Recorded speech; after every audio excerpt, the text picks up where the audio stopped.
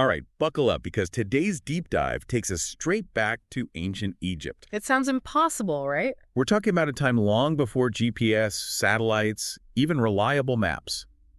Imagine, if you can, trying to figure out the size of the entire Earth with nothing but your brain and a few simple tools. But that's exactly what a brilliant scholar named Eratosthenes did, and with startling accuracy. It's a story that takes us to the heart of the Library of Alexandria, one of the greatest centers of learning the world has ever known. Think of it, scholars from all corners of the known world, gathered in this bustling hub of knowledge, debating, sharing discoveries, pushing the boundaries of what was possible. You've probably heard of it, a treasure trove of scrolls and a magnet for the sharpest minds of the ancient world.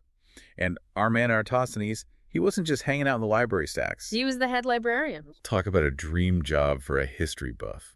But here's the thing, being surrounded by all that knowledge, it sparked a question, a curiosity that would lead him to achieve something remarkable. It all started with a simple observation. Okay, picture this.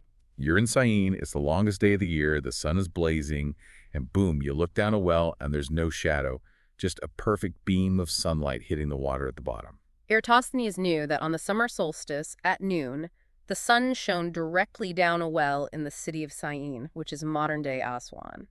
Now, most people would probably just find this curious and move on with their day, but Eratosthenes, he saw something more. To talk about a light bulb moment. He realized that the simple observation held the key to unlocking a much larger mystery, the circumference of the Earth. But how do you go from a shadowless well to measuring the entire planet? That's where Eratosthenes' genius really shines through. He knew that Alexandria, where he was located almost directly north of Syene. Like two perfectly placed pushpins on a map. Exactly. And that detail was crucial because it meant that the two cities were on nearly the same meridian, a line running north to south on the globe. So he's got Syene with its shadowless well on the summer solstice, and he's got Alexandria, a good chunk north on that same line. This geographical relationship was the foundation of his entire calculation. What's the next step in this ancient world experiment? Well, on that same summer solstice, at noon, Eratosthenes set up a simple experiment in Alexandria. He took a gnomon, which is essentially a stick placed upright, and measured the angle of the shadow it cast. So no fancy equipment, just a stick and the sun. It sounds almost too basic, doesn't it? Don't let the simplicity fool you. So it's like geometry class just got real. This was a clever move. You see, the angle of the shadow in Alexandria, compared to the no-shadow situation in Syene, told Eratosthenes something crucial.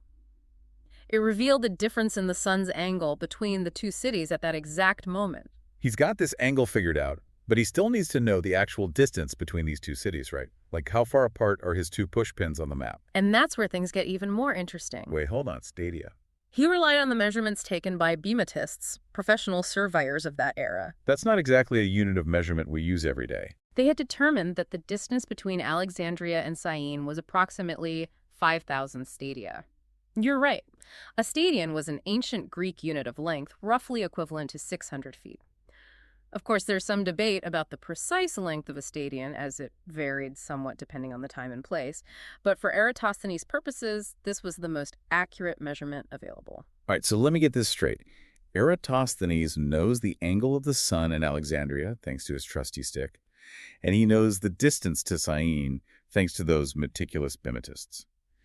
But how does he go from these two pieces of information to the Earth's circumference? That's the beauty of it. What's the missing link? With these two seemingly simple pieces of information, Eratosthenes had everything he needed to perform a brilliant calculation. And for that, we'll have to delve a bit deeper into the world of ancient geometry and the power of deduction. Okay, so we've got sticks and shadows and ancient surveyors.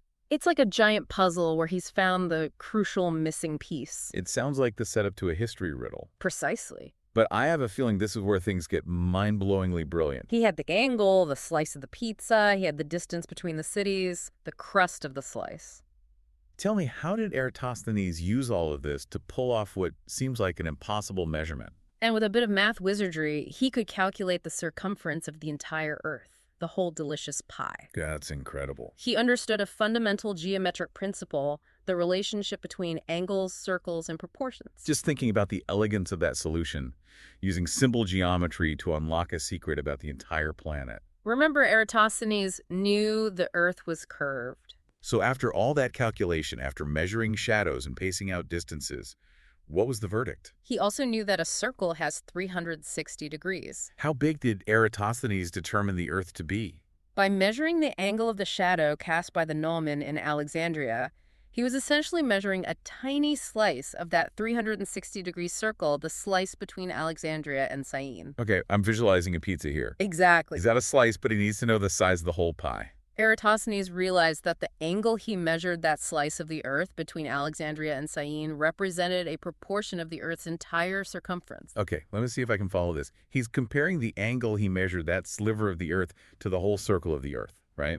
And since he knew the distance between those two cities, thanks to those diligent bematists, he could set up a simple proportion to figure out the whole circumference. You've got it. So he's like, He reasoned that the ratio of that small angle to the full circle of 360 degrees was the same as the ratio of the distance between the cities to the Earth's total circumference. He arrived at the astonishingly accurate figure of 252,000 stadia. hold on, I'm pulling up the actual circumference of the Earth right now. Now, if we convert that to modern units, that's roughly 24,860 miles. Okay, Google tells me it's about 24,860 miles. Okay, Google tells me it's about 24,901 miles. He was only off by a fraction of a percent. Less than 2% error, in fact. And remember, this was achieved with sticks, shadows, and the best estimates of distance available at the time. It's mind-blowing. No satellites, no fancy measuring devices, just pure brain power and a deep understanding of geometric principles.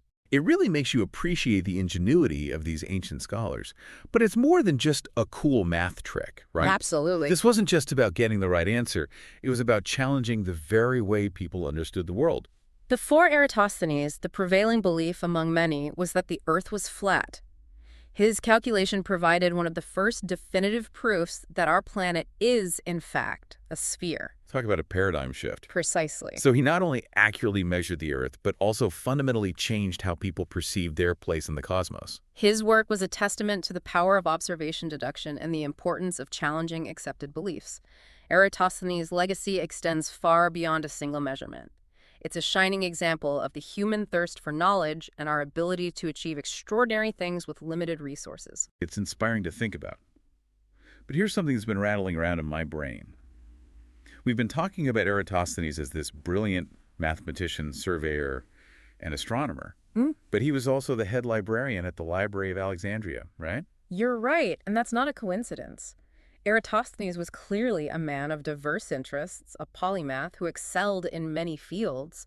He wasn't just a numbers guy stuck in a single discipline. Okay, let's unpack this idea a bit more because it seems like it's about more than just one man's curiosity.